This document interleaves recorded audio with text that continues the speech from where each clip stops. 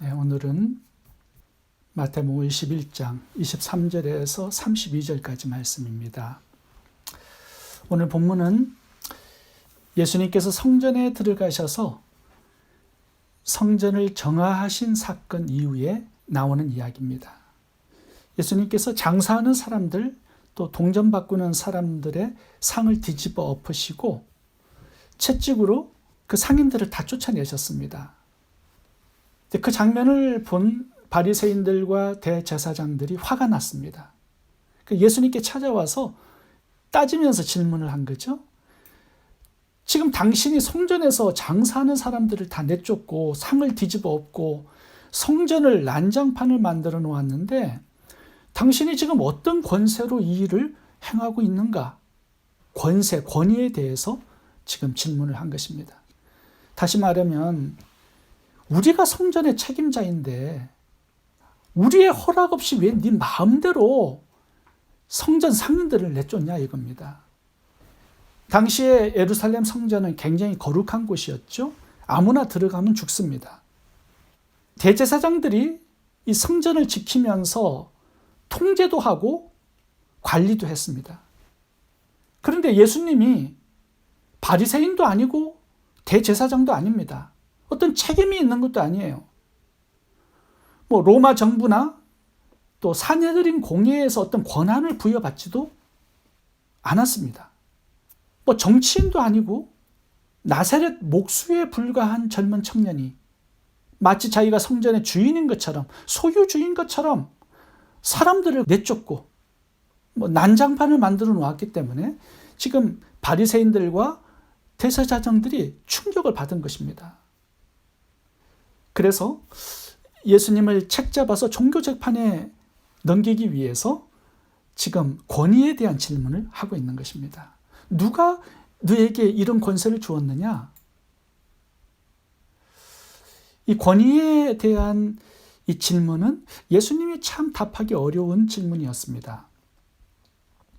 만약에 예수님의 권위가 사람에게서 나왔다고 하면 종교 지도자들이 그런 권한을 예수께 준 적이 없다라고 말하면 불법적인 행동이 되어버리죠. 또 반대로 내 권위가 하나님께서 나왔다라고 말하면 신성 모독이 됩니다. 이렇게 해도 저렇게 해도 종교 재판에 넘겨져서 사형을 당할 수 있는 일이었어요.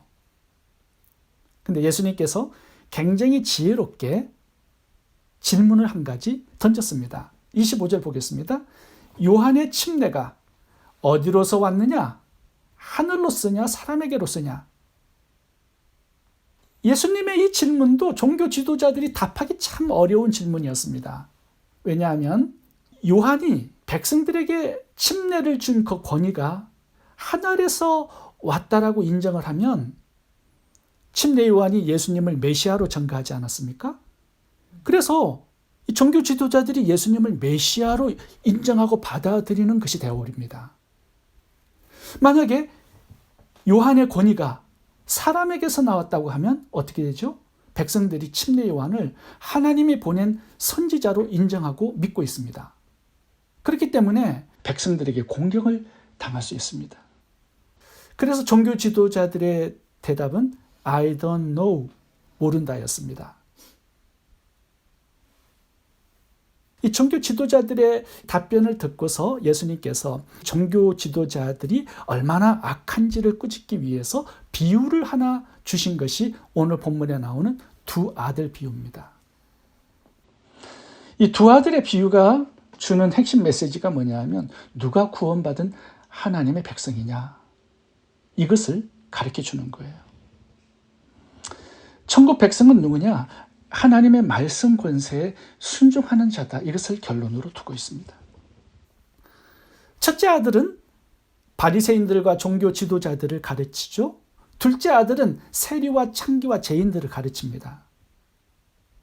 첫째 아들은 아버지가 포도밭에 가서 일하라고 하자 예스 했다가 나중에 불순종하고, 둘째 아들은 노 했다가 나중에는 순종을 합니다.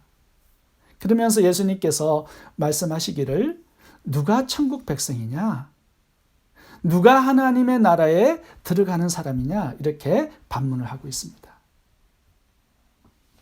두 종류의 사람. 한 사람은 하나님의 말씀을 아주 많이 알고 가르치는 사람들이죠. 다른 사람은 세리와 창기 죄인들입니다. 그들이 여기기에는 하나님께 버림받고 천국 백성이 될 수 없는 그런 죄인들이죠. 그런데 예수님께서는 천국 백성을 바리새인과 종교 지도자들이라고 얘기하지 않고 세리와 창기와 죄인들이 하나님 나라의 백성이다, 이렇게 말씀을 하고 있습니다. 예수님께서 이렇게 말씀하시는 이유가 뭘까요? 왜 종교 지도자들은 천국 백성에서 탈락되었고 세리와 창기와 죄인들이 천국 백성의 자격을 갖추었을까요? 오늘 본문에서 예수님께서 지적하시는 내용이 이것입니다. 세리와 창기와 죄인들은 침례 요한의 말씀을 듣고 죄를 회개했다라는 거죠. 침례 요한의 말씀의 권위를 존중하고 받아들이고 인정했습니다. 그리고 자기 자신들의 죄를 회개하고 침례를 받고 하나님의 말씀에 순종해 살아갑니다. 그런데 예수님은 누구죠? 지금 침례 요한이 증거한 메시아란 말이죠. 더 뛰어난 권세를 가진 예수님이 바로 앞에 서 있습니다. 성자 하나님이 바로 앞에 서 있습니다.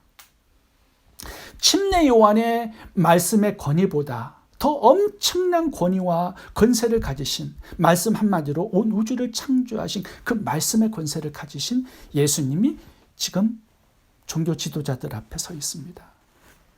그런데 그들은 예수님의 말씀의 권위를 인정하지도 않고 받아들이지도 않고 무시하고 있습니다.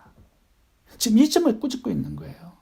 침례 요한이 전한 말씀을 듣고도 수많은 죄인들이 회개하고 침례받고 삶이 바뀌었는데 침례 요한을 창조하고 온 우주를 말씀으로 창조하신 성자 예수님의 말씀의 권위를 왜 무시하느냐. 지금 종교 지도자들에게 도전하고 꾸짖는 메시지가 바로 이것입니다. 예수님의 질문이 나옵니다. 31절 보겠습니다. 그들 중에 누가 아비의 뜻대로 하였느냐? 가로되 둘째 아들이니이다. 예수님께서 오늘 본문에서 하고 싶은 말씀이 하나님의 나라 천국입니다. 누가 하나님의 나라 천국 백성의 자격을 갖춘 사람인가? 말 잘하는 사람이 아니다라는 거예요. 예스, 하겠습니다. 이런 사람이 아니라 말씀의 권위에 자신을 낮추고 하나님 말씀에 순종하고 행하는 사람이 천국 백성의 자격을 갖춘 사람이다라고 말씀하는 것입니다. 말씀을 들을 때 아멘, 할렐루야 이렇게 하는 사람이 아니라 작은 말씀 하나라도 듣고 순종의 삶을 살아가는, 하나님의 말씀의 권위 앞에 복종해 살아가는 그 사람이 천국 백성이다 말씀하고 있는 것입니다. 바리새인들은 어릴 때부터 말씀을 배웠고 암송했습니다. 그리고 그것을 가르치는 사람들이었어요. 그런데 예수님께서는 바리새인들을 이렇게 꾸짖습니다. 돈을 좋아하는 자다. 독사의 자식들이다. 너의 아비는 마귀다.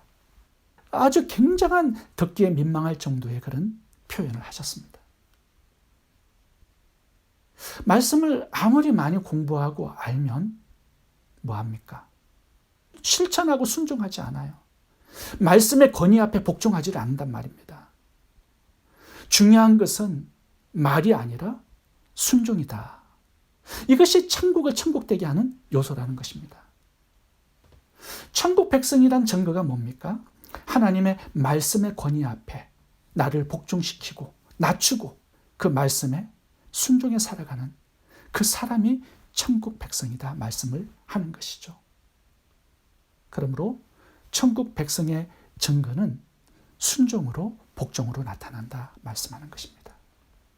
가룟 유다를 봐보세요. 예수님과 동행합니다.